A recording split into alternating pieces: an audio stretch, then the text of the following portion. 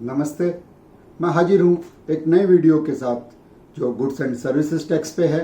इस बार हमने दो टॉपिक चूज़ किए हैं। पहला है एग्रीगेट टर्नओवर, जो इस वजह से लेना पड़ा क्योंकि एक नई एडवांस रूलिंग आई है एग्रीगेट टर्नओवर पे डिस्कशन करते हुए। और दूसरा टॉपिक है due date for GSTR 1 and 3B।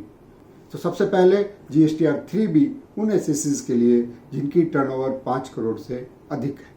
मैं बताना चाहूँगा फरवरी, मार्च और अप्रैल के लिए जो ड्यू डेट है उसे नहीं बढ़ाया गया है, लेकिन सरकार ने रिलैक्सेशन दिया कि अगर ये 3 महीने की रिटर्न हम 24 जून तक फाइल कर देते हैं तो हमें कोई लेट फी नहीं देनी है, हमें इंटरेस्ट देना होगा जो कि ड्यू डेट से 15 दिन बाद से कैलकुलेट किया जाएगा। यानी कि 20 मार्च के केस में हम 4 अप्रैल से इंटरेस्ट कैलकुलेट करेंगे और इंटरेस्ट होगा 9%। लेकिन अगर हम ये रिटर्न 24 जून तक फाइल नहीं करते तो 25 जून से हमें 18% इंटरेस्ट देना होगा और लेट फी भी देनी होगी। ये लेट फी और इंटरेस्ट हमें ओरिजिनल ड्यू डेट से देनी होगी, फिर हम कोई भी रिलैक्सेशन नहीं मिलेगा। उसके बाद मई जून की रिटर्न के लिए कोई रिलैक्सेशन नहीं दिया गया है, वो हमें ड्यू डेट पे फाइल करनी है। मई की रिटर्न के लिए ड्यू डेट बढ़ाई गई है 27 जून और जून की रिटर्न के लिए कोई ड्यू डेट नहीं चेंज की गई है। दोस्तों, ये 5 करोड़ के टर्नओवर में आप देखेंगे एग्रीगेट टर्नओवर, और एग्रीगेट टर्नओवर पे आप मेरा वीडियो लास्ट तक जरूर देखें। एग्रीगेट टर्नओवर के बारे में कुछ मुद्दे आपको जरूर क्लियर होंगे डिस्कशन से। और मैं बताना चाहूँगा फरवरी और मार्च की रिटर्न के लिए हम देखेंगे 2018-19 की टर्नओवर, और अप्रैल से रिटर्न जो हम फाइल करेंगे उसके लिए हम देखेंगे टर्नओवर 2019-20। इसके बाद हम लेते हैं वो एसएससी जिनके टर्नओवर 5 करोड़ तक की है। उन्हें रिलैक्सेशन दिया गया कि अगर वो ड्यू डेट में रिटर्न नहीं फाइल करते हैं, और कंप्लायंस डेट, हम इसे कंप्लायंस डेट बोलते हैं, इसलिए इसे कंप्लायंस डेट कहा जाता है क्योंकि सरकार ने ड्यू डेट में कोई अमेंडमेंट नहीं किया, सिर्फ कहा कि इस डेट तक अगर आप कंप्लाई कर देते हो तो आपको इंटरेस्ट और लेट फी नहीं लगेगी। तो फरवरी, मार्च और अप्रैल 3 महीने में ये रिलैक्सेशन दिए गए। मैं आपको बता दूं फरवरी मार्च के लिए 29 जून और अप्रैल के लिए 30 जून अगर आपकी टर्नओवर 1.5 करोड़ से अधिक है और 5 करोड़ तक की है।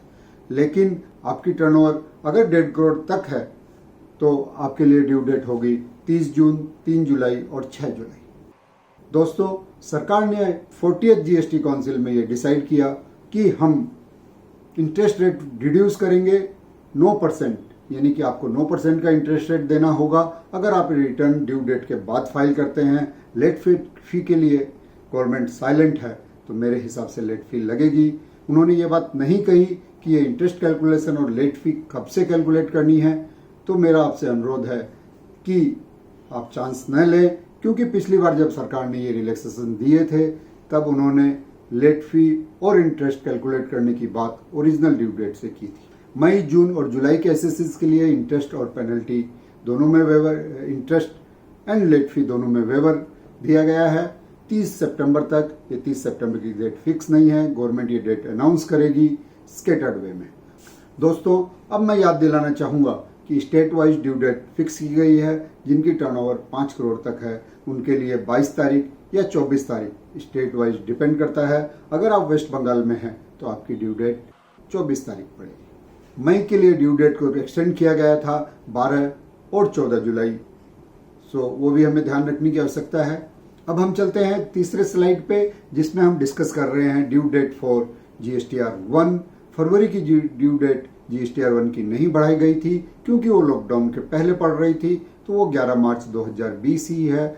मार्च, अप्रैल और मई तीनों महीने की ड्यू डेट को बढ़ा के 30 जून किया गया है। साथ में ये भी कहा गया है कि अगर आप 30 जून तक ये GSTR 1 नहीं फाइल करते हैं तो आपको लेट फी लगेगी ओरिजिनल ड्यू डेट से।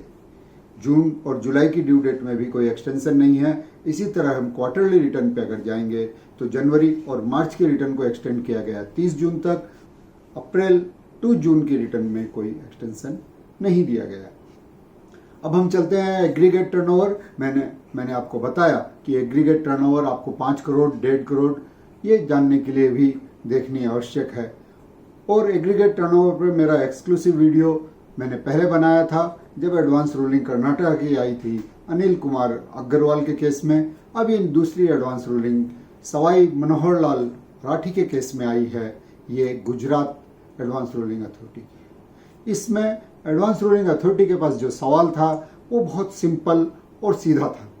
एडवांस रूलिंग अथॉरिटी से पूछा गया कि मुझे पीपीएफ पे इंटरेस्ट मिलता है, मुझे पर्सनल लोन पे इंटरेस्ट मिलता है जो मैं अपने फैमिली और फ्रेंड्स को देता हूँ, मुझे सेविंग बैंक पे इंटरेस्ट मिलता है, क्या मुझे ये इंटरेस्ट 20 लाख की एग्रीगेट टर्नओवर कैलकुलेट करने के लिए जोड़नी है या नहीं जोड़नी है।